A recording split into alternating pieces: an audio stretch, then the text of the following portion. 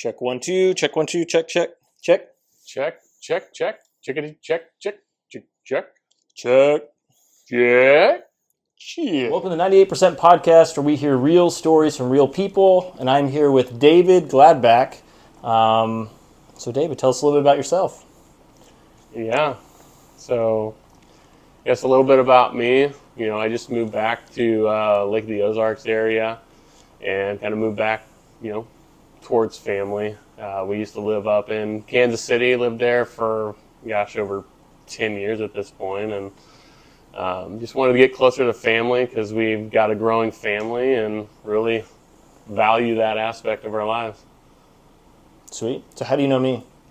Yeah, so I met Ricky in high school. So kind of grew up together at school age and, hung out quite a bit, played video games, board games, listened to music, different things like that. What's your favorite memory that we share? Favorite memory. I just remember, hanging out at your house and playing games like HeroScape and stuff like that. That was a lot of fun growing up, and just being able to chill and be myself. It was a lot of fun. Yeah, we tried a lot of board games out together too. I remember that. We did Battle Ball, right? Yep. That was fun. Yep.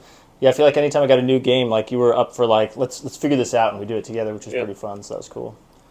Those are good times. It was good times. Yeah, so we hung out more in high school, but we knew each other because you were at school this age since elementary, right? I was there my entire life, so. Entire life? Yeah. Dang. Yeah, so. Yeah, because I started in first grade at school of the Osage. Yep. Was that you? Or were you even younger than that? I Were you did kindergarten? preschool, kindergarten, What? all the way up through. So, Dang. yeah. That's crazy. That's cool. I've been through it all. I love that. I'd say, well, a lot of the other things that we did was track. Oh, yeah, that's right. Hanging out track and field. Shop and disc. Hey, we did disc together for a while with junior high. We did disc, yep. That was fun. So. Dude, yeah, we competed a little bit towards the end, too. That was good. Yep. That was cool. Yeah, because I injured my back doing hurdles. Yeah. Yeah. Yeah. Almost forgot about that. We did decent at disc junior high. Always had Colby Lehman, who was kind of the all-star at disc, and then I did really good at shot my senior year, and then kind of botched it right there at a sectional. So Yeah. just couldn't get one in. Tried too hard. That's crazy. It's funny too because I remember doing both of those. So I remember doing shot. I wasn't very good at, not in junior high, anyways. But discus, yeah, because I got the injury from hurdles. But yeah, discus. I remember you and I competed for second place a couple times too. That's pretty cool. And the only reason I was good at it was because my dad had a discus that was that size at our house, and I used to practice with it for fun. Because I remember trying it again in high school, like junior year. Like, hey, let's do it. It was bad. I think the first throw I did, I whacked the fence behind me. So. Nice. Difference in disc size. Yeah. But I did get good at shot in high school, though. I remember just so I could beat some of the throwers. Yeah. I remember challenging William Beller. Yep. Like, hey, whoever wins has to do a lap. And, of course, back then I was like 155 or something. Yeah. And he's like, deal. And then I beat him at shot, and then he had to run a lap, and it was the best. It was the best. Those are good times. Yeah. Forgot about that. So how this works is what we'll do is I'll go through a set of questions. I give you the questions already, and we're just going to have a conversation. So you can go as in-depth with any of these as you want, or you can elect to move on, or whatever that may be. Cool? Yeah. Okay. So first, what was growing up like for you? Yeah, it was pretty simple. We grew up, we had a little bit of land. I think we had about 5 acres, down a gravel road, and, just enjoyed being outside. Had a neighbor kid, Travis, that we would hang out with and literally could go through the woods over to hang out with them. And so, pretty simple life growing up, and, nothing too exciting on that front. But really it was nice and it was peaceful. And I think, for a lot of the world today, I think everything's pretty rushed. And whenever I think back on my childhood, and then maybe that's how everyone feels, but my childhood was calm and kind of more peaceful. You spent time outside. You got to enjoy things like that, and growing up, I mean, I had a really good childhood. My parents were there for every event that I would be doing, and so my mom was very supportive, and so was my dad. And my mom did a bunch of stuff with the PTA and at school, and was very involved with that aspect of it too. So had a really good childhood. So Cool. So, do you think some of the reasons why it felt so peaceful as a kid, do you think some of it was like, is that like the Midwest life, like us just living out in the country, or do you think some of it's also like lack of responsibility as a kid? yeah, I mean, definitely a lack of responsibility, but living in the Midwest and having some room to roam because even like living here in Kansas City, I mean, your yard is, I mean, you can see the extent of your yard very easily, and you just don't have a lot of room to roam. And you're as a parent, I have a 3-year-old son. I mean, you have to keep an eye on your kids versus when you have room to roam. And that's a lot of the Midwest. You can let your kids go do whatever they want and kind of discover themselves. So, kind of different depending on where you live, but I think that's probably why is, you don't have to be like almost like a helicopter parent when you live in the country versus if you live in the city, you're going to have to be because kids are still learning everything. So That's true. So, what was one of your favorite memories as a kid? Like something you just like enjoyed doing? yeah, probably growing up we had access to the woods, and so me and my friend Travis would go like build forts, and we just kind of mess around. We had sleds, and we had this really steep embankment that we'd go down, and so you didn't need snow. It was just dirt, Sweet. so we Yeah. went through quite a few sleds and things like that, but Yeah. just messed around in the woods. Kind of just find sticks, build forts, sled, run through the woods. I mean, pretty much just spend our time there. So Yeah, it was some of the best. See, ours was similar. So we had 12 acres. You were there down W. yeah, And yeah, I mean, I used to do that all the time. Like I'd ride 4-wheelers with buddies sometimes. Um, I mean, yeah, like some of my favorite memories, I think, were me and my sister going to, I don't know if you remember where Cindy Lou's bait shop was in there, but it was like you'd travel through the woods to get there, but we'd always be like, we'd scrounge up a little bit of money or ask parents for a little bit of money, and we'd kind of explore. We'd go out there, and they always spoiled us too, so they'd give us like, we'd have like $2, and they'd give us like just a whole bag full of Yeah. stuff. yeah, But yeah, it's funny. I think not that I took it for granted, but it's funny to think about how some of that stuff is that you don't get out here, like you were saying, like in an area like this. But yeah, I missed that. It was fun. yeah. Yeah. Okay.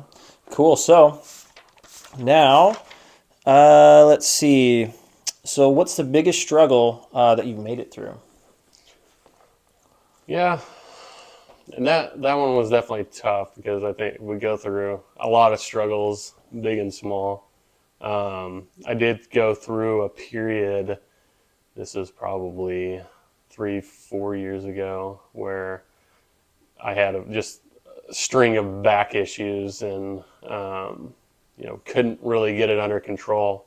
So I've got a back condition. It's called spondylolisthesis, and it's essentially my last vertebrae is slipping off my pelvic bone, and of course it's actually more common than what people think. But a lot of the people in my family actually have it. So it unfortunately, when it pinches the nerve, what it does to me is I don't just get pain; it actually makes me like kind of fall to the ground.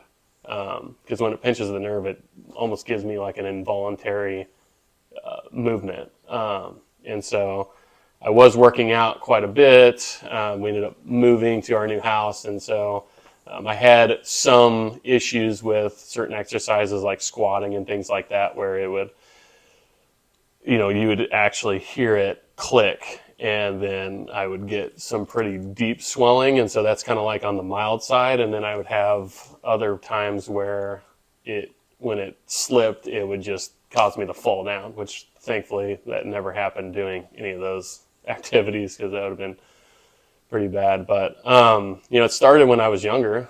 I had my first episode, I think, whenever I was about 20, 21, and I was literally bending over to get like Q-tips out of my parents' vanity. And I bent over, it hit that nerve, I fell down, and I couldn't stand back up. So, and the swelling went from like 0 to 100, and luckily we were able to get into a chiropractor, and they got it, kind of got the space back in it to allow it to start healing. And I was actually able to sit up at that point, but they had to carry me into the car and drive me to the chiropractor in order to get it even set where I could sit up. And so that was kind of the first strand of it. But then, 3-4 years ago, I ended up having it like I would heal, and then it'd be a month later and it would go out, and then it would heal, and then a month later it would go out. And so I was just basically in this, chain reaction. It all stemmed from shoveling some really heavy snow.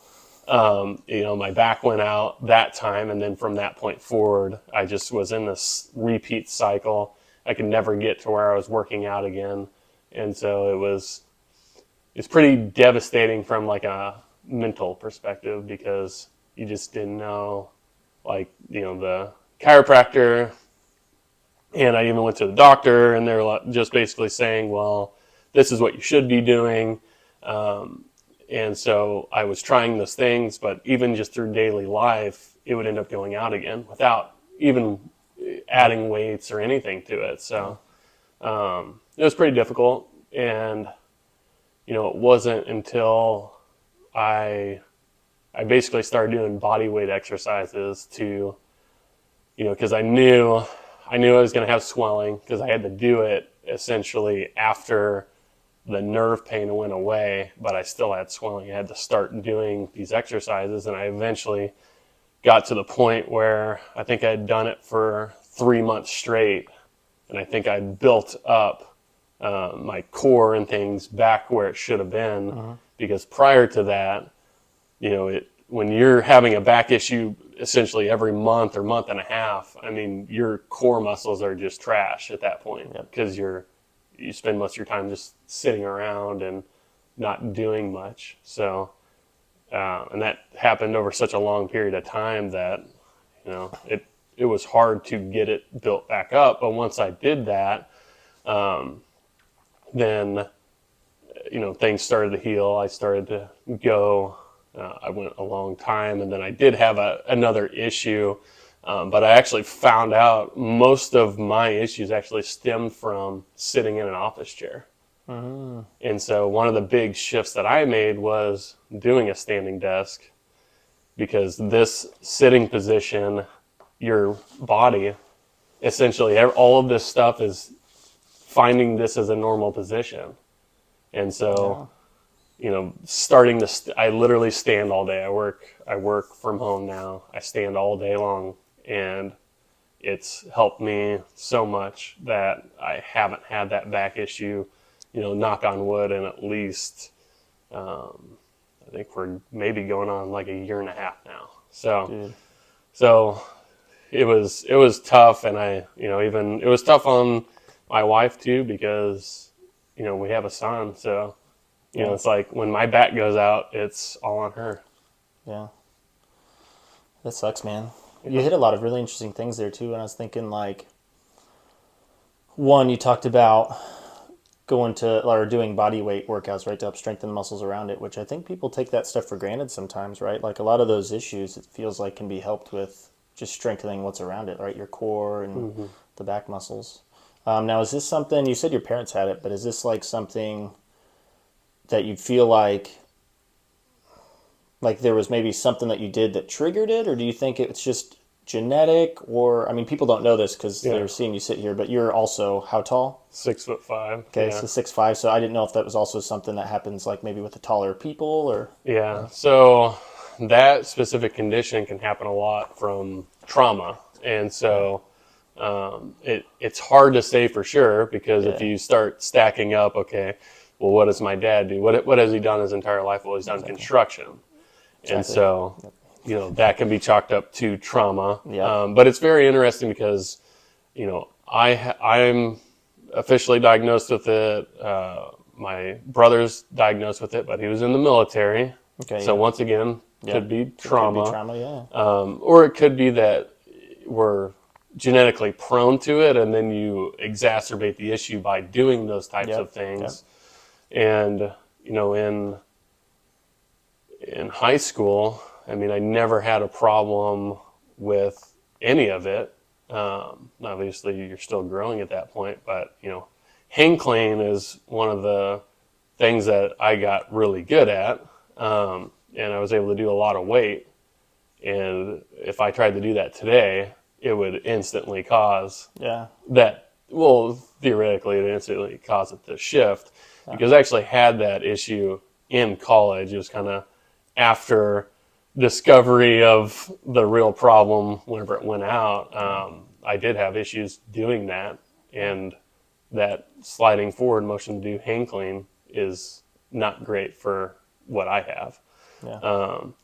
But yeah, it could very well be that we're genetically prone to it. And then, of course, with anything, you can make the issue worse depending on what you're doing. Yeah. But it's definitely tough to say because a lot of cases, that's why so many people actually have it. It's actually caused by trauma. Yeah. And trauma can be as little as I lifted that dresser that I shouldn't have lifted by myself. You know what I mean? Yeah. Like that's how easily you could cause that problem if you overexert yourself and do something maybe you shouldn't have been doing. Yeah. It's interesting how that stuff works too, because I haven't had that specific thing happen, but I've had my back go out a couple times, and it is definitely crazy. Yeah. And what's funny is I think mine was actually from something else. So like, I mean, this is a silly story, but I like jumping out of swings still. Yeah. So I was jumping out of swings with my nephew, and he was jumping for distance, and I was just launching out of here, and I have no issues ever. And then the last jump I did, I landed weird. Yep. And I could tell instantly, like, ooh, my hip flexor hurts a little bit, but I just walked it off like no big deal. And the hip flexor just kept bothering me a little bit. And then the hip flexor turned into a low back issue, which I thought they were not connected. And then my mom mentioned, like, well, hey, that stuff's all connected. So do you think your hip flexor issues could have caused your back? And I was like, that's very plausible. So then I remember certain moments like that too, like being over at someone's house and just bending over for a second, then being like, whoop, fall down. And then I'm like, oh, that didn't feel good. So I kind of like relate with that a little bit, but like I remember doing, because I thought maybe it was core related, but I think actually I needed to do more stretches and let my hip flexor heal. And so, I started doing like low back stretches after every workout in the gym. And it's funny because like the first month I didn't notice a difference, but because it was gradual. And then, after 2 or 3 months, I realized like, oh, I have no pain anymore. Oh, my hip flexor feels good. So it's interesting how everything's connected. And yeah, like I really think mine was from the hip flexor. You think like, well, shouldn't your hip flexor hurt? Well, it did, and then it got better, and then my back hurt. It's just so interesting. Yeah, it's interesting if you look at exactly how all that's tied together. Yeah. Because that's a lot of the physical therapy that I went through is actually stretching out your hip flexors and you essentially have to get everything, because mine, I believe, really stemmed from sitting too much. Yeah, makes sense. A lot of pressure on the back when you sit. Yep, and everything just tightening up into that position. And like, in the time before I started standing all day, I would find myself whenever I sleep, my natural reaction was to bring my knees up. And so, interesting. And so that would be like, that's where my body felt comfortable because that's kind of where everything was kind of tight. That was the normal position of what my body thought it should be in. And so now that I no longer, I don't really sleep with both legs up like that anymore. Everything's kind of loosened back up. But yeah, it's all connected, and sitting is terrible for you. Yeah, it's crazy. It also makes me think too that like I think that's a good testament to like habits. Yeah. Like you do something the same way every day, and your body progressively gets used to it. Yep. And I think that's a crazy thing. Like even physically in that way, like it's like wow, you've just sat so much that your body decided, hey, this is its natural state now, Yep. and then it wanted to be in that. That's crazy. Yep. That's wild. But yeah, man. Well, that stinks, man. That's like I could see how that's tough. Because something like that, you think too, like I'm sure what was probably going to jail, you tell me if I'm wrong, but I mean, some of it probably felt like, is this going to end? Am I going to be like this my whole life? Yep. And then the thought of it, that it could just happen anytime, like that's got to be tough. Yeah, it was definitely tough in that moment because I'd had it go out before, and like you start to learn what causes it to go out. But at that point, it was life caused it to go out, and so yeah, it was a struggle because I didn't know what to do because I didn't feel, of course they tell you to rest it and all those things, and I didn't feel that I was ever getting to the point where the swelling was gone. Yeah. To where I felt like I could work out again before I would hurt it again. Yeah.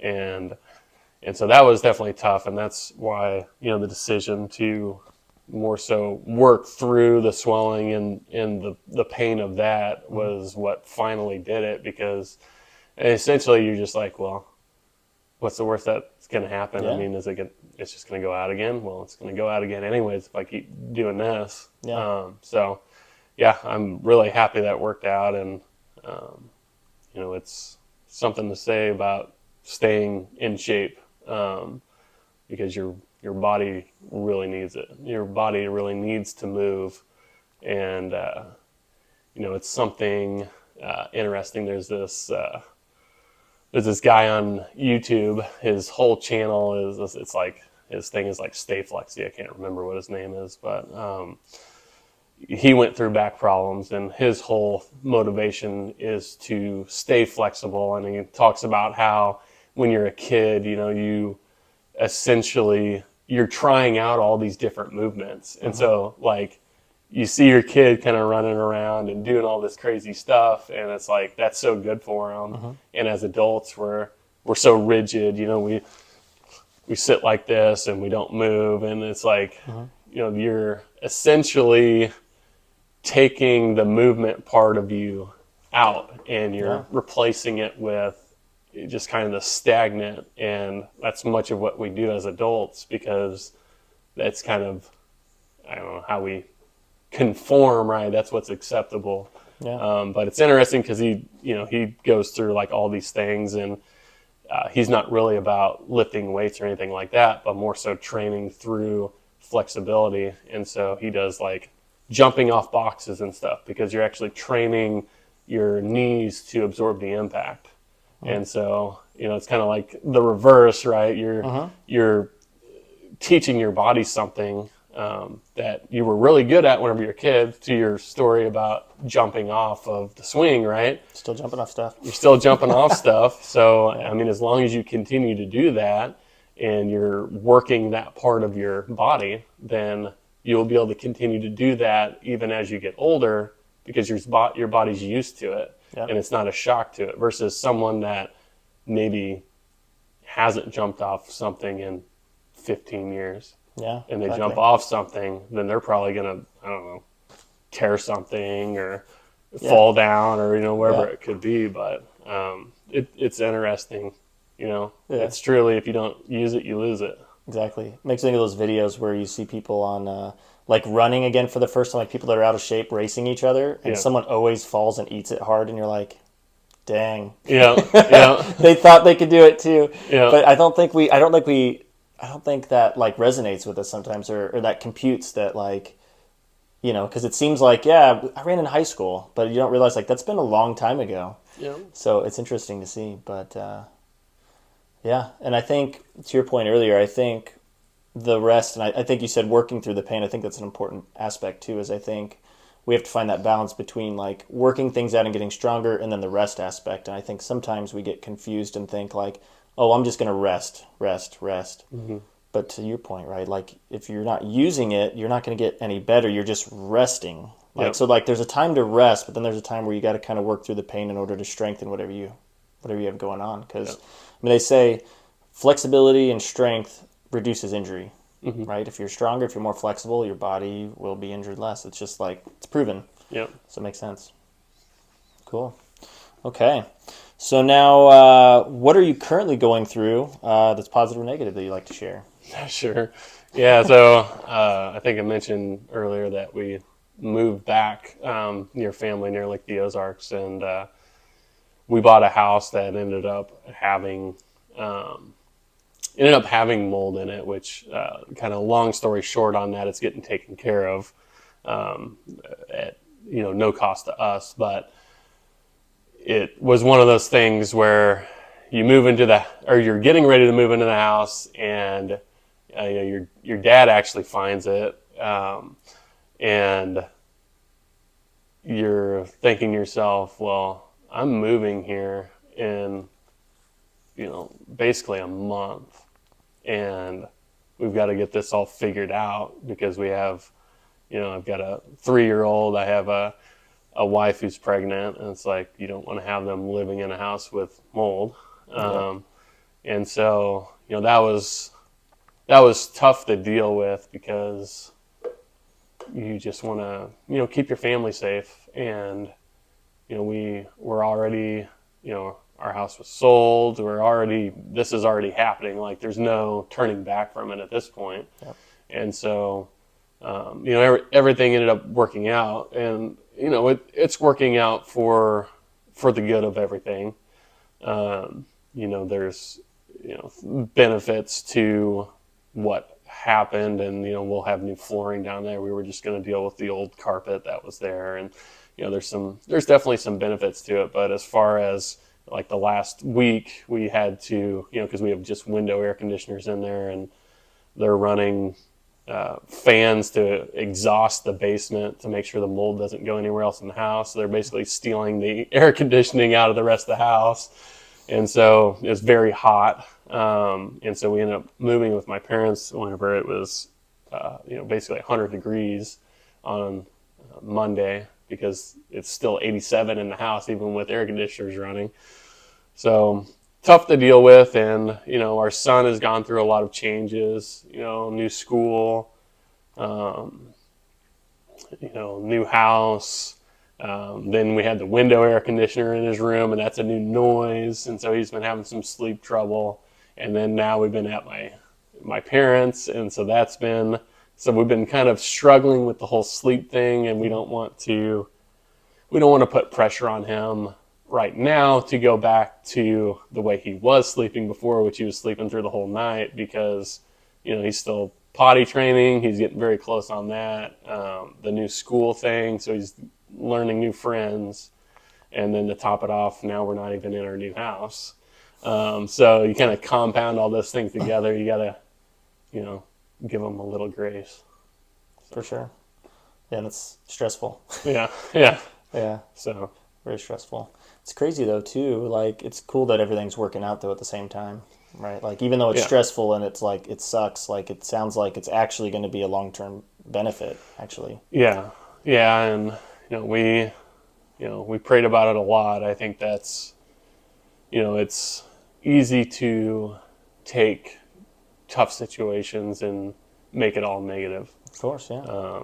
So there's definitely good with it. Life's never easy, so there's always going to be some struggle in it. But you kind of you go through it, and you come out the other side more experienced and better, and you learn new things, and all life experiences, bad or good, there's always good in it.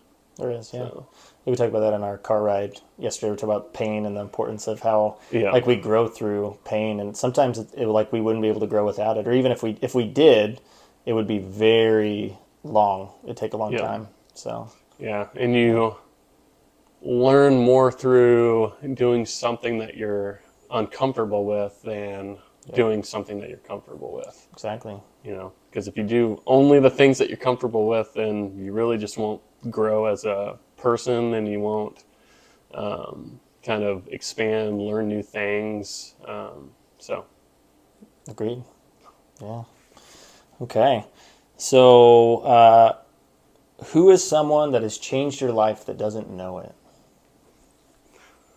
Yeah, this one took a lot of thought. Because obviously my parents changed my life, but, I think they know that. At least I hope they would. But I would say, it's a combination of things. I would say obviously my son. I think, becoming a parent is very eye-opening. When you look back, you think about, it's like, wow, what did we used to do in the evening? It's like you get off work, and like at the time, whenever we didn't have a kid, like I had things like projects and things like that, and we still technically had a kid, if you want to call our dog a kid. So we still had those responsibilities to come back to. So it's not like not like a lot of things changed. But like your evening would be whatever you wanted it to be. Sure. And we took that for granted a lot. It's like, well, how much binge watching TV and stuff, like we found this new thing that we should watch, and like then you look back at that and you're like, wow, we did nothing for years. You know what I mean? Yeah, like it's true.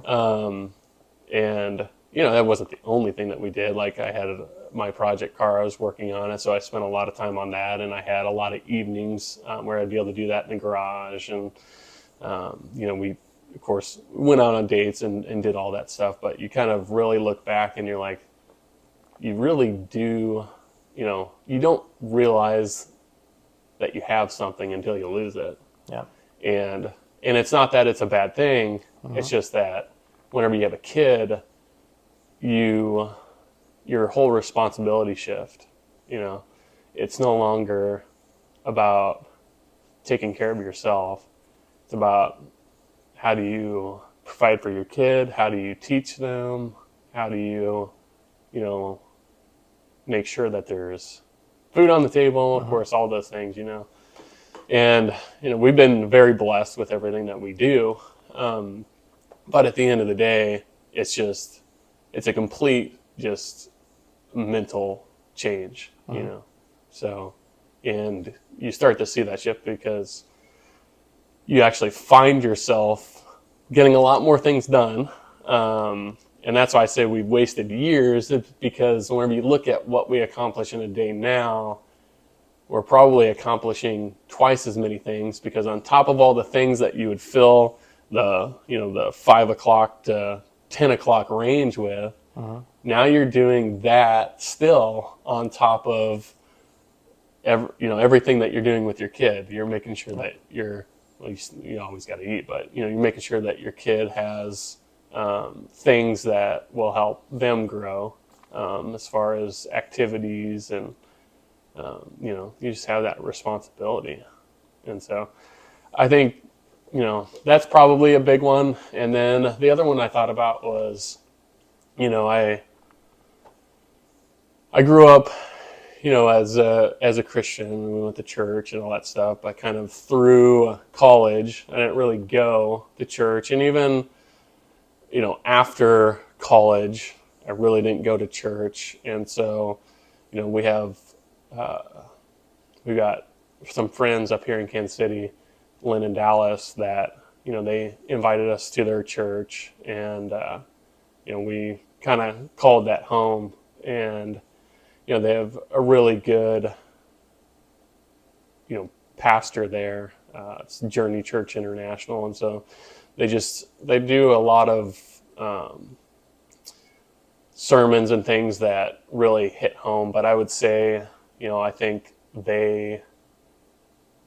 them in combination with my wife, helped get me back involved in my faith, because it's one of those things, you get so busy and you just kind of put it to the back burner, but it should be something at the forefront of your mind at all times, and you should put God first, because you look at things and how you stray from it, and there's a lot of very good conversations that you can have with your pastor, or even those life situations that you search for the answer for, but the answer is right there. It's in the Bible, and that's what pastors are there for. They're to bring that to your attention in a way that you can understand it, in a way that you can relate to in life. And so there are some very good sermons there that. And then I joined a men's group, and unfortunately my time was cut short because we ended up moving. That whole thing was not planned exactly.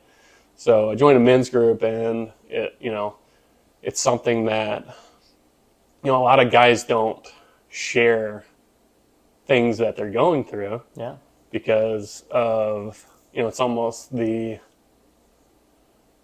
don't feel comfortable sharing it, number one, and most guys don't. But number two, it comes down to you want to share it with someone that you feel like you can relate to. And so through that men's group, the short time that I was there, you really start to realize that, everyone is going through the same stuff.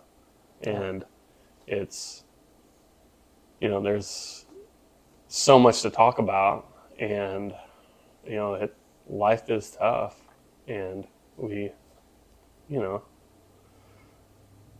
go through life and we put on a good face, and it's something that is very, very tough for men, because we're supposed to be that rock, Yeah. and not that I wouldn't say my wife is asking for that. I would say that that's just kind of how things are portrayed, and that's how you feel. And so it's nice to have an outlet to discuss those things, and how,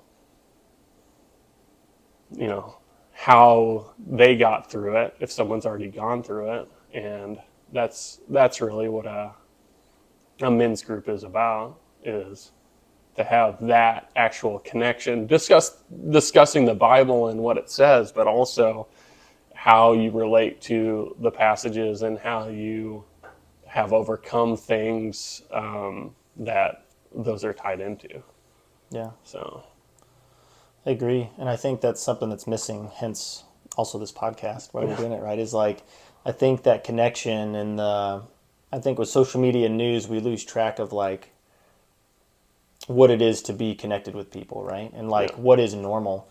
Because we see this stuff, you scroll social media, everything you're witnessing throughout the whole feed is not normal, right? Right. You're seeing, which is why, like I said, you're seeing 2% of the exceptional all day long, and then we get to thinking like, well, what's wrong with me? Or I don't feel like I'm connected. Why am I not there?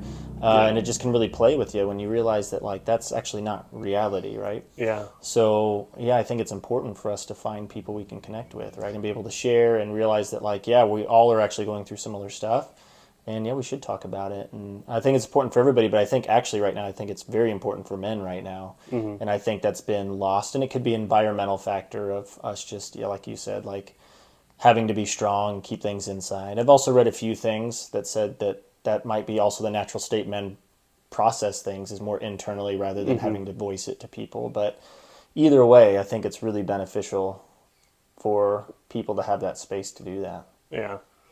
Yeah, and it's funny you mention like social media and like YouTube and things like that, because just watching. So my sister has two sons, and the oldest is very much into YouTube, and even like the youngest, he's 5. They see things. There's like some different shows where they build these like wild machines, like these go-karts and all these things, and they're asking the question, why can't we just do that? You should do that for a living. And it's like, that's like the 2%. And if you get picked up, and if you start something and someone finds you very interesting, and you actually go viral, and you can actually make a living out of it, that's amazing. But that's you're right. There's a lot of false expectations of what that is. And I think so many of our youth think, like, if you ask a lot of kids coming out of high school, what do you want to do for a living? You're not hearing the normal answers you would normally hear. You hear a lot of, well, I want to become a YouTube star or whatever. I want to be famous on Instagram or whatever it may be. And it's like, you might. It's kind of like becoming a movie star. You might, but you definitely need to come back to earth and do it, kind of like what you're doing, which is, you're doing something that you enjoy. And if you can video it and put it out there and people like it and you become successful with it, then you did something that you enjoyed. You didn't do something just so that you can, become famous or whatever it may be. Exactly. And so, that's kind of needs to be the mindset change. It shouldn't be, I want to be a YouTube star. It's, I want to build race cars. Okay. Yeah. And okay, well, you start building something and you can film it, and that's great, and you post it. And if you become famous, then it happened, but you did something that you loved. Yeah. So it's true. Yeah, a few things there too. Maybe think is like we have everybody wanting to be influencers now. We don't have enough people doing actual work, right? Yeah. And it kind of sucks because I think like I get it, but I think we need to start teaching skills because we talked about this the other day. Is like I think construction jobs and all those manual labor jobs are going to be like sought after and be making good money because there's not many people in that space right now. Yeah. And then back to social media, I was listening to something too, which was interesting. Is they talk about social media inadvertently impacts women more than it does men, which was interesting. And they said it's for the reason of why they get on social media in the first place. Usually guys go onto social media, they say, for like either educational purposes, like to learn things or to be entertained. Whereas that's why YouTube, for instance, is mostly men, right? But they said what women go to social media for is for connection. Mm-hmm. And they think that that's why there's so much, because if you look at like mental health issues, it's inadvertently affecting women right now more than it is men. And they think that could actually be one of the factors, is just because, I mean, think about it, like all social media is artificial connection. It's not real, right? And it's just interesting to see how different things impact different people too. But I don't know, it's interesting. Well, and this is obviously just my opinion, but I feel pretty strongly about this. I feel like most of the time when you look at someone's post on social media, they only post about the good things. They posted like 2% of their life, the good stuff. Yep. So it could be that way too. Yeah, exactly. So, it's like when you follow like, and I'm not even on Instagram, but if you follow like Instagram people, it's like they took a vacation, they took all these photos. Yeah. They can literally take thousands of photos and they can post it over the course of a year, and you can think that they go to the beach every day. Yeah. And they could have put on 9 different bathing suits, whatever it may be. Yeah. And you have no idea. Yeah. But it's one of those things where it's like you're constantly, and I mean, I would even do this a little bit, is you're constantly comparing yourself always with someone else. And like whenever you see,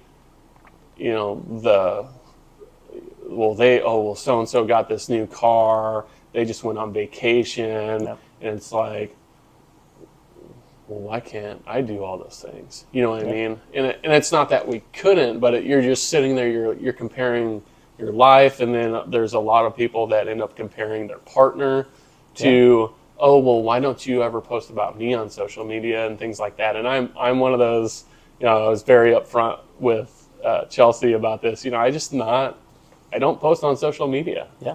It's not something that I enjoy doing. I love my wife very much, but I don't create posts because I've seen the other side of that. Because you can see all these posts about people and how their life is so great and how their relationship is so great, and then you literally see them broke up in like 6 weeks. Yeah. And it's like, wow. So if that's what posting on social media is, then why would I want to be a part of it, So I don't have a social media presence. I have a Facebook account, and I use that so that I can kind of see what other people are up to. Yep.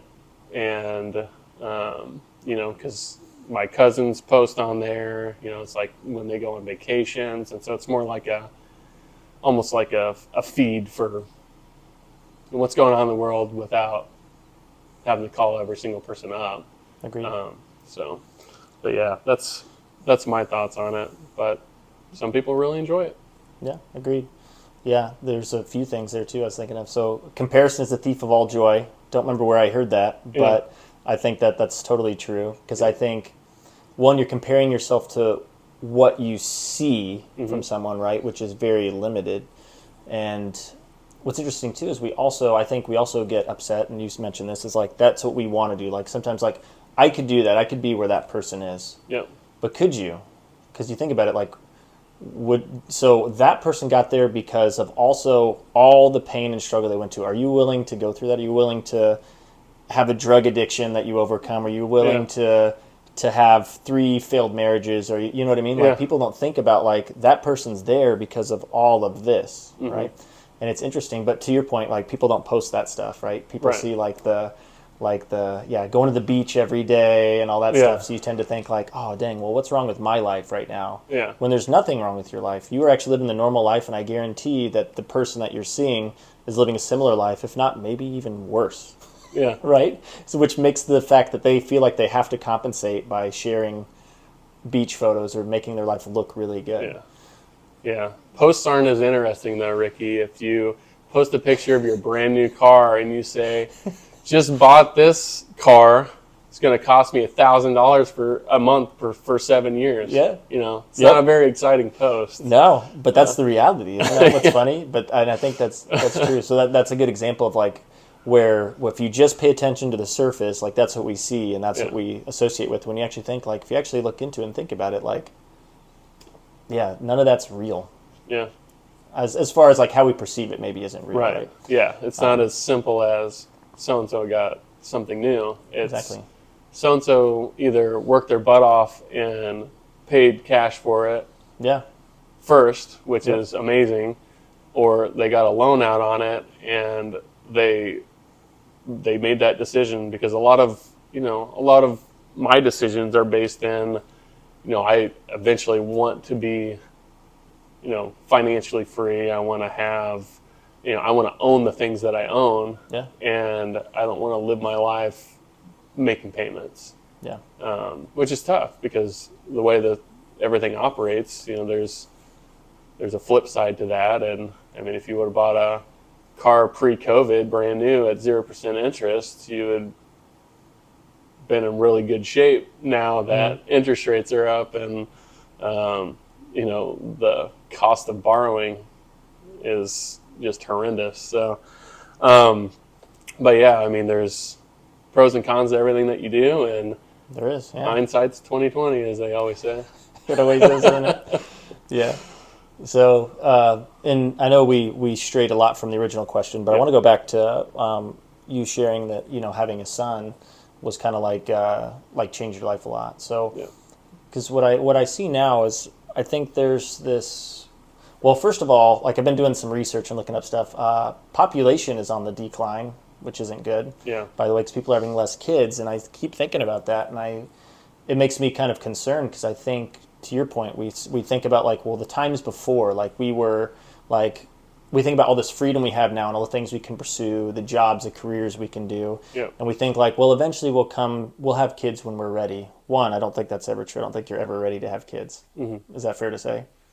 I would say that you kind of, to an extent. If you've decided to make the decision that you want to have kids, you will never just sit there and go, yeah, we're ready. We're exactly, yeah. Because you're always going to come up with something, and that's a lot of things in life. Is you just when you make up your mind that you finally have the idea that you want to do it, you should just do it, because you'll never be 100% ready. There will always be something that you can throw in the way.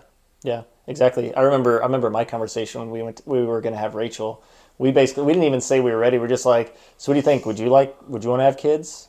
I mean, sure, why not? Yeah. And like we literally were just like, well, if it happens, it happens, and it happened like right away. But Yep. but you know what I mean. But like, I don't think you're ever ready. But I think the thing is, I think what people struggle with is they think, yeah, about like that imposing on their freedom, but they don't realize what comes out of having a kid. And I want to ask you this question: is like, who you are now today, would you trade it for who you were before you had your kid? No. Why? I would say a lot of, just kind of a mental shift, right?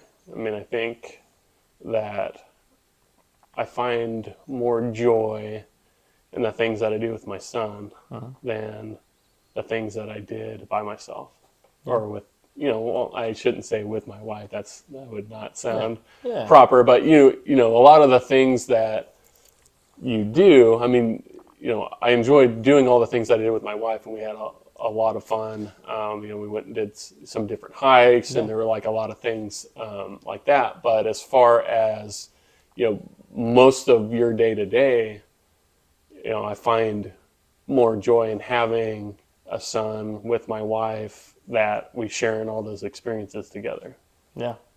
I think too is I think we underestimate how important responsibility is.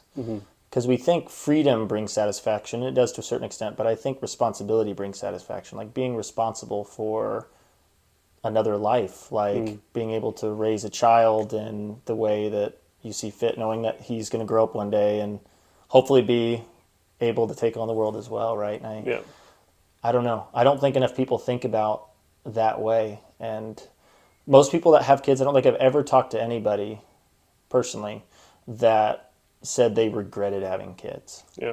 Usually, because for me, if I think about my experience, like I'm way more self-aware than I used to be. Because you think about it, that's a whole nother level. Like if you think you're self-aware now, have a kid. Yep. You'll learn some new things about yourself, and it's totally true. Yep. If you're struggling now, have a kid. See what that's like, right? And it's funny because you still make it through, but there's so much growth from it. Yep. Like from having a kid that I would never in a million years trade who I am now for who I was then. Yep. Not even close.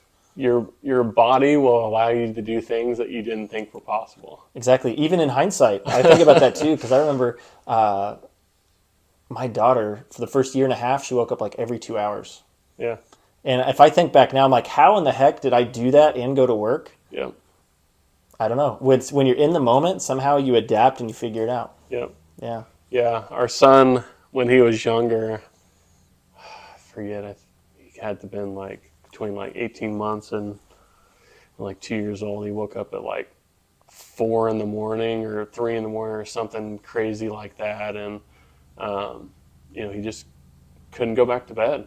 And so I just brought him downstairs. Fortunately, I'm very tired because I didn't go to bed when he went to bed.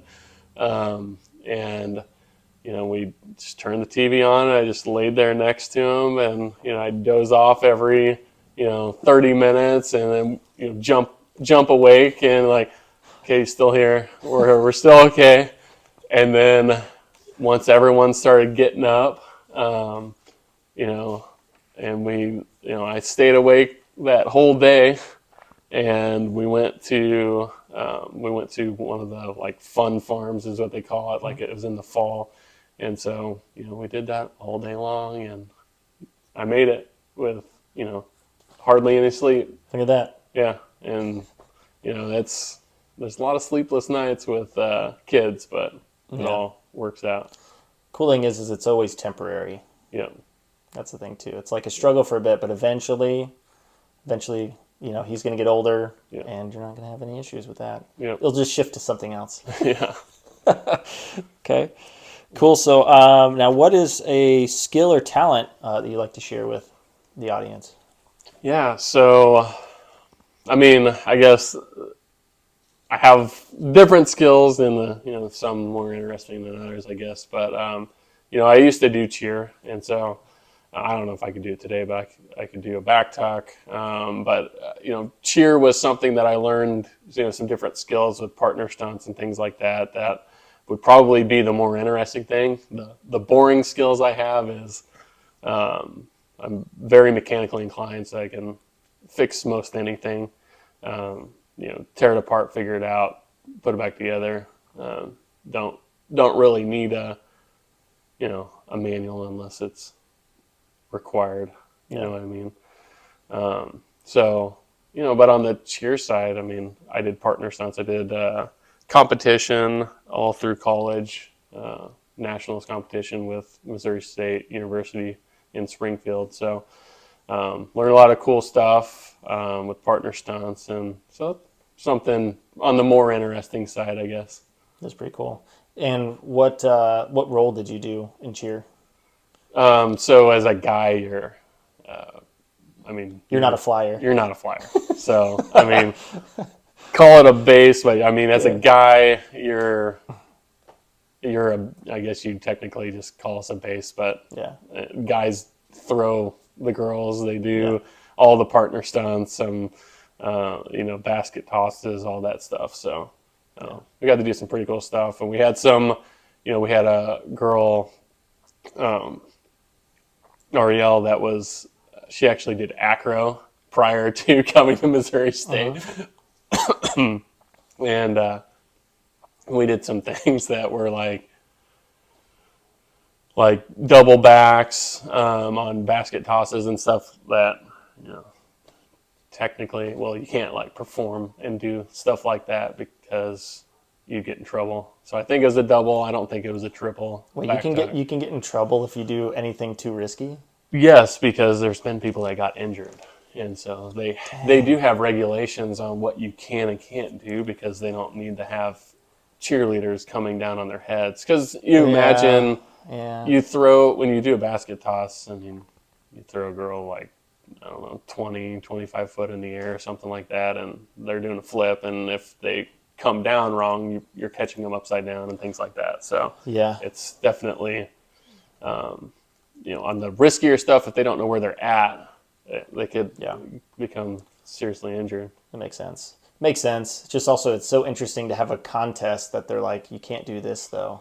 Yeah. There's a lot of stuff you can do though. Well, I'm sure. Yeah. But there's been injuries and they're like, it's not worth it. I get it. The skill level is not worth it. Especially for that. I'm sure I'm sure professional cheer could probably do whatever they want, I would assume.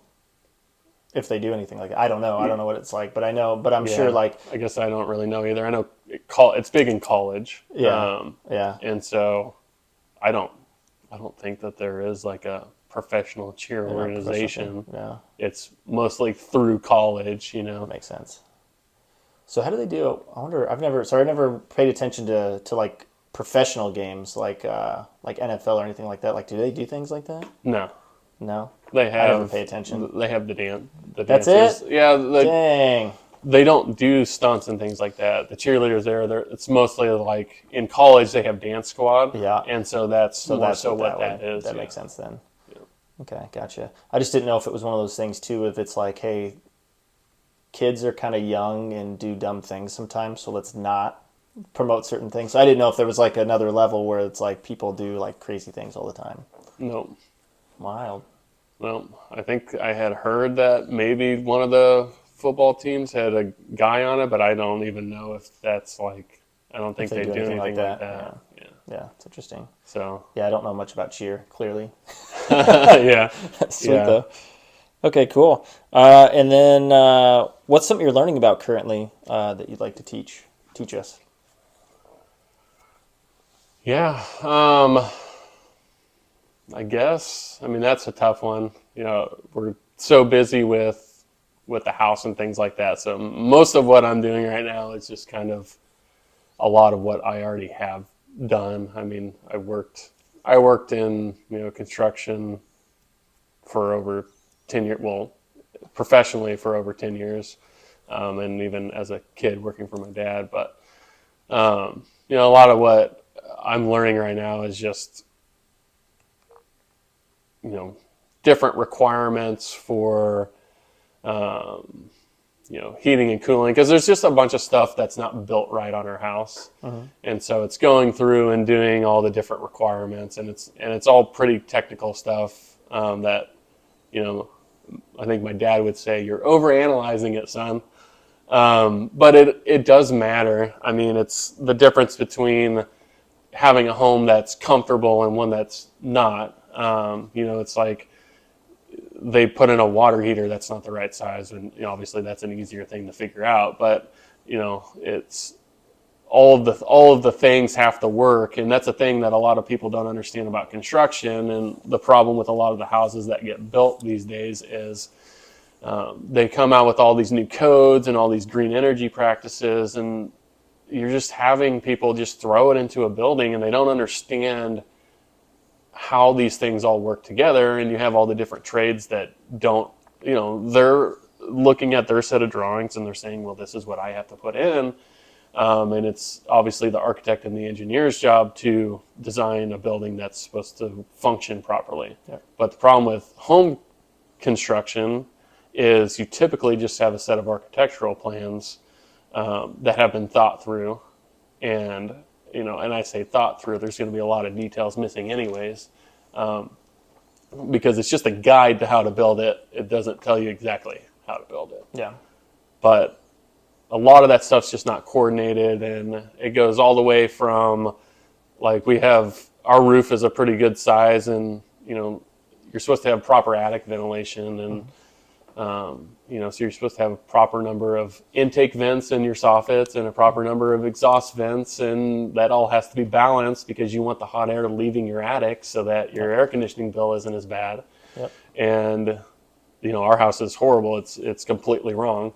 And so, that's something that we won't be able to, without spending a ton of money, 100% correct it, but we can balance it out to where it will function and perform the way that it was intended to in the first place.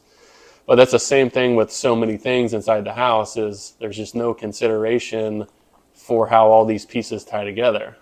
And that goes all the way down to, our house, we have a little bit of a water pressure drop problem. If you turn on a faucet and you turn on the shower in the same bathroom, there's a noticeable drop in water pressure. It's because the plumber who built the place went around and put in 90-degree elbows everywhere they could, and it's called PEX piping. It's plastic piping, and it's flexible, so it's completely unnecessary. And that's what's causing it, is you don't have enough pressure by the time it reaches the fixture, and if you turn on 2, then you drop pressure, and it just shouldn't happen. But that's how houses are being built. I mean, when we went and tried to buy a house, it was insane. I mean, there was just, we went and looked at new builds and the plumbing. Our realtor pointed out plumbing issues to us. They had, like, plumbing wise installed upside down, so the plumbing had to drain up first before it went down the stack. And I mean, these are new build homes that have been inspected, and it's just a major problem. And there's a lot of people. There's a guy that does inspections down in Texas. He's on YouTube, and he does new build home inspections, custom home inspections, and the work product that's being delivered is horrible. I mean, he's going in and he has to basically be the representative for the owner. That's what he's getting paid for. And these builders are coming back and going, well, we can't build everything perfect every time. And it's like, well, that's your job. Yeah, and it doesn't have to be perfect, but the things that he's pointing out, I mean, like, it's funny, in one of his videos, he's doing a roof inspection, and there's, like, missing tile, and this has been city inspected down there. It's missing roof tile. They're broken. And then in the background, there's another building, and it's just funny because he's videoing it, and he goes, oh, and look, another new construction building is just caught on fire, and it was smoking in the background. It was on fire. And it, no one's living in it, but it's like that's where things are gone. Going back to what you said about the we need more people in the trades. We need more skilled people in the trades and a proper education, because whenever I grew up, it was go to college. Yep. It was pushed heavily through our counselors at our school, and that's how a lot of people felt is, if you want to be successful, you got to go to college. But once again, you take 2 years worth of general courses that don't teach you anything about actually doing the job that you're going to be doing. And then you have 2 years of things that are actually applicable, because that's whenever you get into your actual focused studies. And so, I learned a lot about construction contracts. I had very good professors that taught us, how to size ductwork. And like, you go through all the details. As a construction manager, because that's what I got my degree in, you have to be able to understand all these different things, because you're the one that's hiring these subcontractors. And if you don't have a base understanding of how all this stuff goes together, then you can't point out flaws. Yeah. And, that's what I did most of my career, is point out flaws for the ownership group that I worked for, and, try to make sure that things were going the way that they should. And it's very difficult, because the contractor, it's in their best interest to get the job done as fast as possible for as cheap as possible. Yep. And you have to be on it all the time in order to notice stuff and catch it before they cover it up. Because ultimately, the city inspector isn't going to be the person that actually finds it for you. They should, but they're human too, and they're not going to catch everything. Yeah. So, actually having someone inspect it and telling you what they see, and someone that has the eyes to see it, it's really important.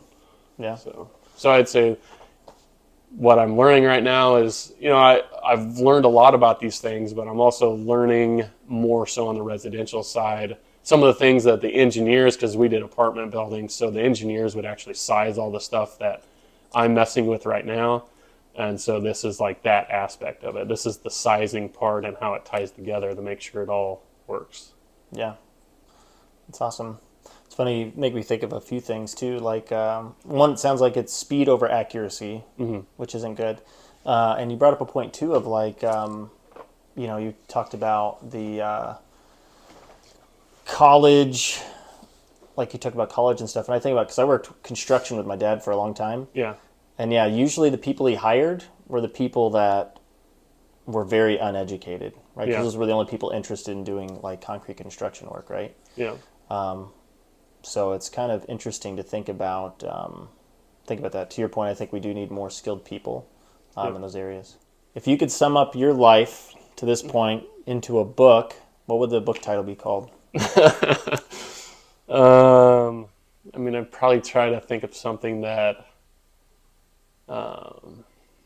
more ties into, because I feel like in life there's a lot of hesitations. You said that, like, you never really just sit down and you go like, yeah, it's a great time to have a kid. Everything's perfect, So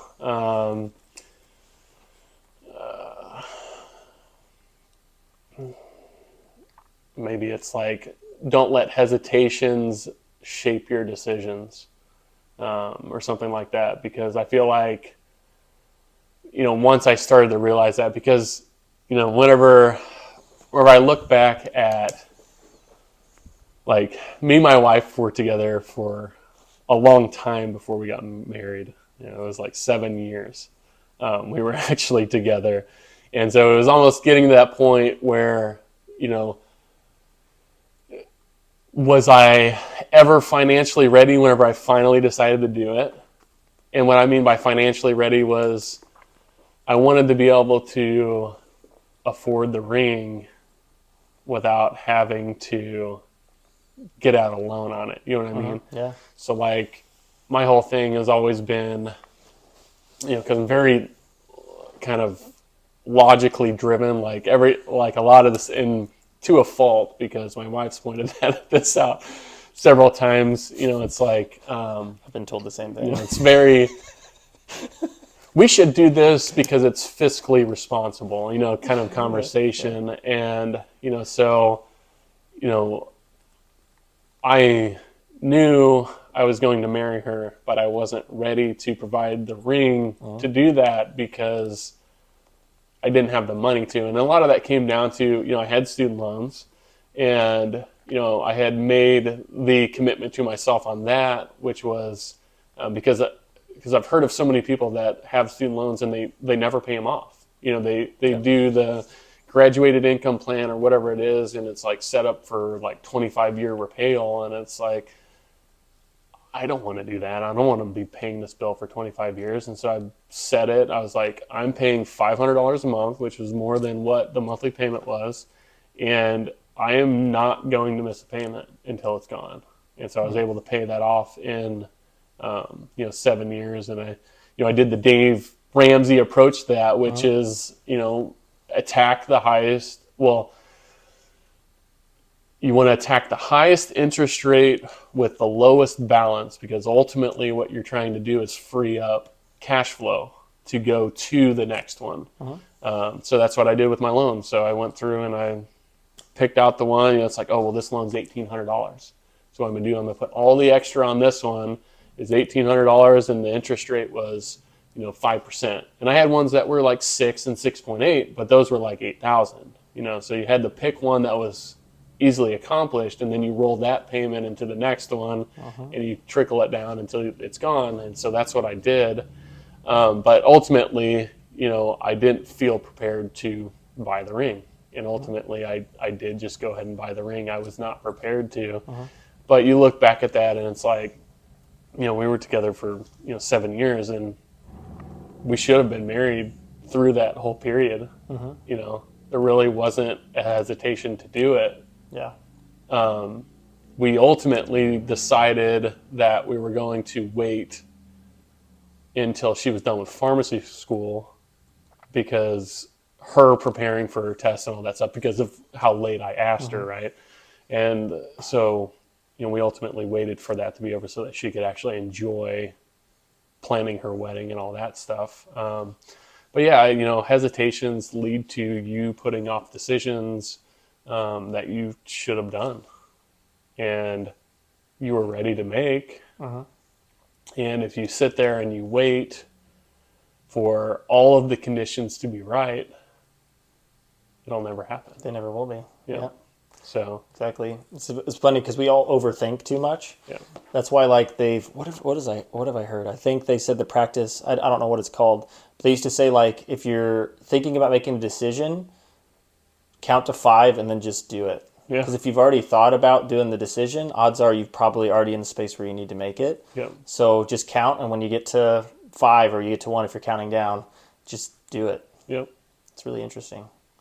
So, okay. So we're thinking book title. So you said don't let hesitation impact your decisions. I also heard you're never ready. Yeah. Do you like, I mean, that's a simpler that title. would be simpler, yeah. Okay. That'd be a good title. What do you think? You like that? Yeah. Okay. You're never ready. I just know for the thumbnail, it'll be bigger font then. Yeah. So I like that, though. That's Yeah. really cool. Okay. Because that is so true. And that's, yeah, I think about that too. Is like, if you think about it long term, those actions that you decide to take are going to benefit you long term. Because you're never ready. Yeah. And I think about some of these people. Like, for instance, there's a big, I guess you could say epidemic, I don't know, of people having less children in general. And you think about it, like, I wonder how many of these people are like waiting to have everything lined up. Yep. And then by the time they feel like they're ready, because whether we believe it or not, women have a window of when they can have kids. Yep. How many of them are going to regret it, right? Like, Yeah. when they're 50 years old or something, like, I wish I would have had kids. And it's sad. Yeah. And ultimately, something that I think about too is, because I went to college, life, when you go to college, life starts a lot later than you realize. And, one thing that I would say, maybe it's a little bit of a regret, is because of all the hesitations leading up to that point, I wish I was younger when I had my kids. And more so whenever you think about when you get older, right? at some point your kids are going to have kids, and how old will you be? How involved will you be in their lives? Because you could miss out on all of that. That's true. And, my parents had us not, they had my brother younger, and obviously us, but they still had us younger than what, we're having our kids. And so, I look at that and it's like, well, I hope that I provide a life for my kids where they can actually step in and have their family growing earlier to give me more time with them. But ultimately that's their decision. Yeah. And so we'll see how that plays out in life. But Sure. it's a consideration. The world has kind of gone to, most people are having kids later now than earlier. And it is, there's a big gap between, the kids and the parents. And so there's going to be a lot more of that happening. And, I think it also, it doesn't necessarily separate the family, but, there's less of that, when you grow up, whenever we grew up, you had all your family traditions and things like that, and everyone was very close together. There were a lot, your grandparents were a lot younger, and so they're, you're doing all these things versus when you get older. I mean, you just naturally slow down. I mean, you're not able to do all the things that you would normally or would want to do, and it's just because at some point your body is breaking down and you can only do what you can do. Yeah. And so, that's something that I just hope that I get to spend the time with my grandkids, Yeah, for sure. Yeah, I hope it shifts. Yeah. I hope people start thinking about that, because I think there's a level of, you could say hedonism, I guess, but like chasing short-term satisfaction, right? And I think people's got their priorities messed up, especially today, right? And I mean, I'm guilty of it, and I think a lot of us are. Is like we think about,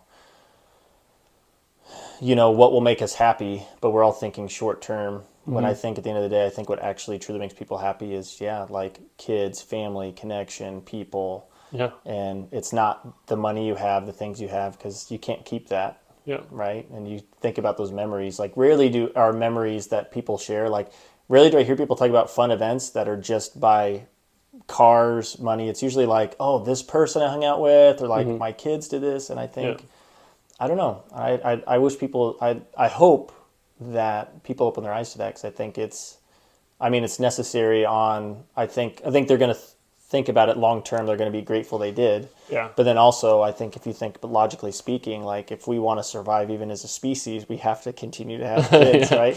Sure. Right? If we don't, then we're going to see a lot of things happen long term. Like, think about it. Like, what's the economy going to be like when we don't have enough? Like, when the next generation is much smaller than the ones we've had. Mm-hmm. We don't know. Yeah. It doesn't sound good though. Right. So it's just interesting to think about. Yeah. So, and then this is your part where you get to talk about yourself, as far as where can people find you? Is there anything else that you want to share with everybody? Anything you want to promote? Yeah. So this is kind of your time to do that, if you like. I know you mentioned you had a Facebook, but Yeah. Don't follow me on Facebook. No, I'm just kidding.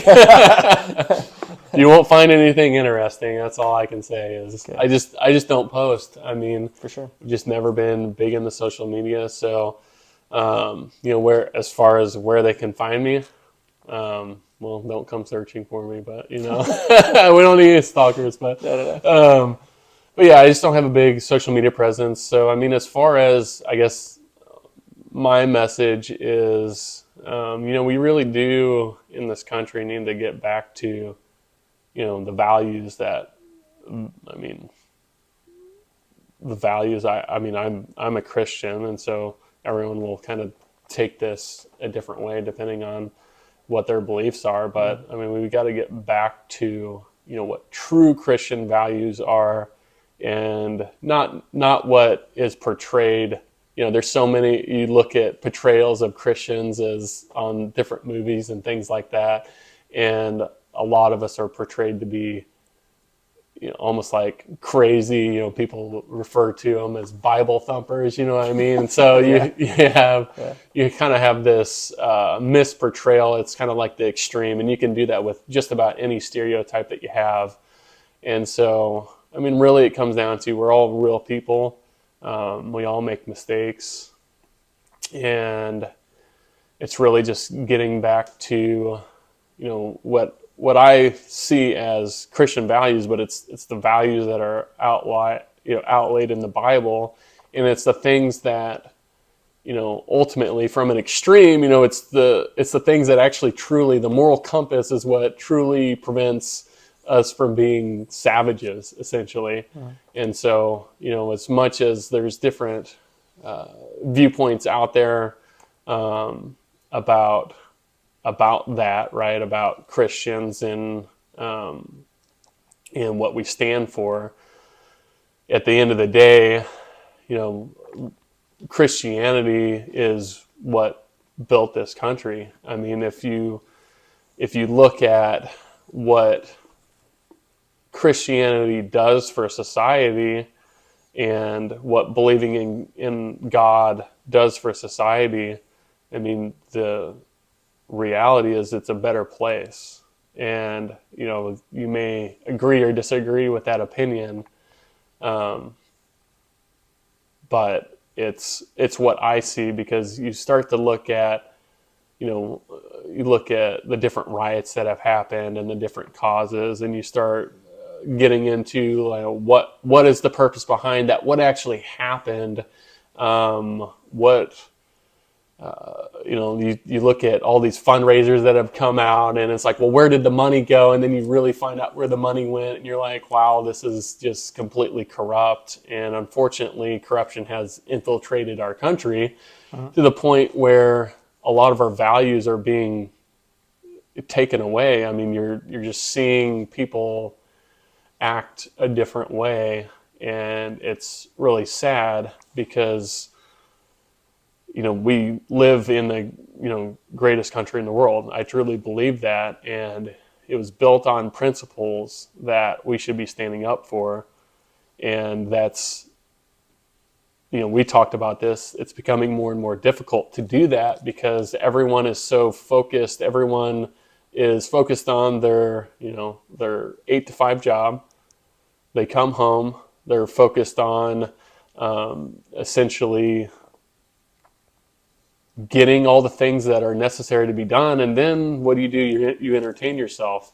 And so we don't really, we don't go down to the town hall meeting. There's a lot of things that are lacking and standing up for what we believe in, and it's something that this country is struggling with, and this country is struggling with mental health, and there's just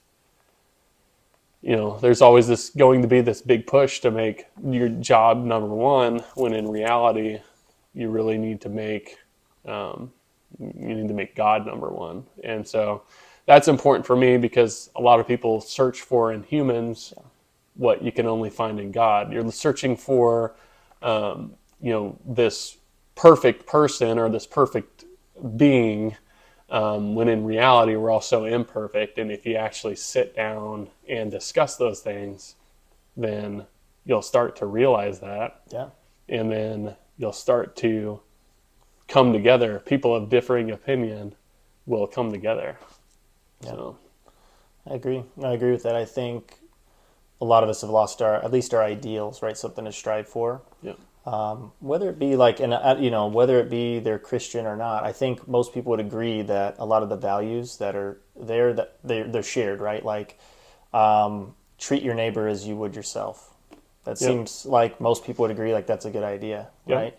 And I think, I just think I don't know. I mean, I think we've got maybe a little narcissistic, maybe a little bit too self-focused. Mm-hmm. But I think, to your point, I think when we lose track of an ideal or something to strive for, we essentially, think about it. Anxiety makes sense. It makes sense. Like, if there's nothing to strive for or no ideal or no belief, like, it just makes sense in general. Like, what do you have then? So it is tricky. And you Yeah. said something earlier, and I think that's something too, is like we don't realize that, yeah, to your point, we were founded on Christianity. Whether we believe it or not, or whether you believe in it or not, we were founded that way. And that's what's tricky. And I think we're seeing a lot of that in society now. Is like, if you think about it, if you started with society, right? Or sorry, Christianity, every system, like laws and stuff, they're all based off of that foundation. So when you start to take that foundation away, what happens? We don't know, but we're finding out. Yep. We're finding out that like certain things that we do are like, it's not working because we're actually trying to shift something that is rooted in something completely different. So it's interesting. Yeah. And, it's, it was put, there's this pastor, he goes around and he wants, like atheists to challenge Christianity and challenge, one of the things that he welcomed was this person actually came out and was like, basically telling him that humans are inherently good. So like the morality that we talk about, that's an inherent human nature. You're born with it and you understand it. And when you raise a kid, you start to understand how completely flawed that is. Your kid doesn't know what right and wrong is. They learn that from you. And so it's from that point that things are developed. And so in a Christian household that is actually, and I say this because there's a lot of people that will say, well, I'm a Christian, but they don't necessarily take that to the level that they should. So like, a Christian should repent their sins, right? When they do something wrong and they know that it's wrong, they should repent and they should stop doing that going forward, right? And so many, this is something that Christians do struggle with, right? And everybody struggles with this, is that something's morally wrong, but you continue to do it and you're setting an example. And that's the thing, is you shouldn't have to tell somebody that you're a Christian. No, it should be actions. It should be your actions that show them, and then they might come to you. I mean, the hope is, right, that they come to you and go, you're such a, thank you for this. You're such a good person. What drives you to do that? And then you can tell them, it's definitely something, going back to the atheist was basically saying that inherently humans are good and that they will make these good decisions and that it doesn't come from anywhere. It doesn't come from the Bible. But those morals and those principles, they're outlined in the Bible. I mean, they're not something that's inherent, right? You could take any kid and you could teach them to do anything, right? And that's kind of one of the big problems is, with some of the things that our society is struggling with today, is there are a lot of kids that are being taught something that, and then they believe it to be true, and they're so impressionable at a young age, and that's why, the school systems and things like that need to be regulated from the standpoint of the content that is being given to the child at that age, is they're so impressionable. Yeah. And you're molding those kids. Yeah. And so if you're not molding them in a way that they know what truly is right and wrong, which we look at it as, well, here's morally what's right and wrong defined by the Bible, and that's what this country was built on. That's what many laws were built on. If we don't reinforce that, then you're right. You're taking out the foundation from underneath, and you're bringing in these new generations that think it's okay to do these things, and that's why you end up with these people that you're like, wow, that person was rude, or whatever it may be, because they believe that it's socially acceptable to act that way when it's really not. And that's how shifts happen. It happens over time. And I think that's the problem, is a lot of the family unit and a lot of the morals that this country was built on are kind of chipping away. And it, mental health is a big part of that, which you can look at, how society's changed with jobs. I mean, how fun is it to go sit in a cubicle for 8 hours a day and what kind of mental inspiration are you going to get from that? And so you have all these jobs that are being created ultimately that people are struggling with because they don't find fulfillment in it, but they need a job. Yep. So Yeah, I mean, societies need a shared set of ideals, and I think that's also the problem is we don't have a shared set of ideals. Yeah. So I think we're raising a generation that's just confused, yeah, and that's a tough place to be. I mean, think about it. How I don't know, because to your point, right? When we have a shared set of ideals, which in this case Christianity, the Bible, right? If you think about that, I mean, then we all know what's right and wrong, and we all can we can all commit together that for society purposes, this is good, this is not. You know what I mean? And I Yep. think that helps people know. I mean, it helps people have satisfaction knowing they're doing the right thing or doing the wrong thing. And Yeah. now it is confusing. And I remember, yesterday we were talking about that too. About sometimes what's best for the individual isn't what's best for society, Yep. right? And I think that's an interesting thing to juggle because, like right now, kids are confused, people are confused in general, and it makes sense. Like if I had no set of ideals, I would be very confused and anxious as well. Yeah. So makes sense. Yeah. But like I said, I don't have any social media. I guess my message is just really, if you are struggling with something, find someone to talk to. Yep. I think men's group is very good, or women's group are very good, outlets for that. And the tough thing is those groups need to be, not all groups are the same, and that's the reality. Is you may have to start your own group because, the group that I joined with my friend Dallas was ultimately, we had kind of a curriculum to talk about the Bible, but half of it was just talking about what's going on in your life. Yep. And people need an outlet for that. So Yep. it's really, really important. Good. So Yeah. So groups. So people can join groups. Church groups. There's church groups. yeah, there's church groups. You can start your own group. It doesn't even have to, if you don't believe in God right now, you can start you could call it kind of like a self-help group where you just get together kind of like we're doing right now, where you're just talking. Just talk. Yeah. Because ultimately, what they say is once people stop talking, that's when like civil war erupts. You know what That's I mean? the problem, yeah. So need talk to with talk. like-minded people, talk with not like-minded people. Yep. Exactly. And just keep the conversation open. For sure. There's also Meetup.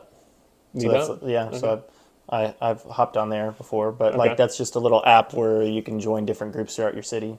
Okay. That maybe you're interested in. So it could be book clubs, could be hikes. So that's Well, that's I guess cool. an option too. Yeah. I haven't attended any yet, but I tried to once, It's an and then option. they canceled it. Yeah. Yeah. But that's an option too if you're looking for groups. Okay, and then the last thing I like to do is I like to have the guest create a question for the next guest. So what you're going to do is you're going to answer the question from the last guest I had, and then you get to create one for the next person. Okay. So this question is, let's see. What was your defining moment? I'd probably go back to my defining moment is when, when we had our son. So, I think that is just a, complete shift in your life. So, I think that's probably my most defining moment because it changes everything. Yeah. So, Okay. Cool. So then what question do you want to leave for the next guest? yeah, I guess mine would probably be, what drives you or what motivates you? Oh. I like that. Because I think for everyone, it's something. I think it's something different. For me, what drives me is, I just want to provide that life. I think for like my parents, it was, they came from very little, and my dad had to fight tooth and nail, along with my mom to get them where they're at today. And so what drives me and motivates me is I want to, bring things to the table for my kids that betters us, betters us from a spiritual aspect, but also better. And part of that is spiritual aspect will then lead to just kind of creating that better life, right? So, my dad went through a lot of struggles, and my mom went through a lot of struggles growing up, and they didn't have a whole lot. And I got to start my life off without that burden, Yeah. So, they taught me things that they didn't know. So I want to teach my son and my future daughter those things as well, to help them to continue to grow and teach them things that, I learned throughout life that maybe I wasn't taught. But I feel like as you continue to grow and your family grows, you can always better, the future generation. So It's true. I like that. Yeah, I'd say my answer to that question would probably be pretty similar. I think I just like helping people, just in general, Yeah. and it's just through connection. I just like talking to people, connecting. Doesn't matter who you are. If you've ever seen my friend group, they're always random, diverse people. Yeah. It's just random people I meet that I just strike up conversation with. So Yeah. I'd say that's a driving factor, is helping people. But then also, I think creativity has always been a driving factor of mine, of just finding creative ways to also help people. Like there's always like in everything I do that's creative, there's typically always like some type of helpful or connection piece to it, Mm-hmm. Yeah, I think I don't know. I think it's important. I think the connection piece is really important. I think it's also important for people to tap into their creativity too. I think it's very helpful for most people. Like, it could just be me, but I don't think so. I think there's something special about tapping into something and creating something that's never been done before, and Yeah. just kind of like bringing something into this world, right? And it could Yeah. be art, it could be anything, right? And I just think it's you feel accomplished. exactly, yeah. Yeah. I mean, I do that. I'm not creative by any means, but whenever I finish a project, Yeah. I look back and I go, Yeah. I did that. Exactly. You created something new, right? Yeah, there's a lot Yeah. of satisfaction in that. Yeah. So I guess you say in a selfish sense, it's like the creative something for yourself, or bringing Yeah. something into this world, and then the other aspect is just helping people in general, just through talking, communication, connection, etc. So Yeah. I think everybody has a lot more in common than they realize, and I just like finding that thing when I talk to people. So yeah. Cool. Well, David, appreciate you hopping on the podcast. Yeah. So, anything else you want to share before we log off? I don't think so. Sweet. Well, David, appreciate it, and I'm sure we'll do this again. Sounds good. Cool.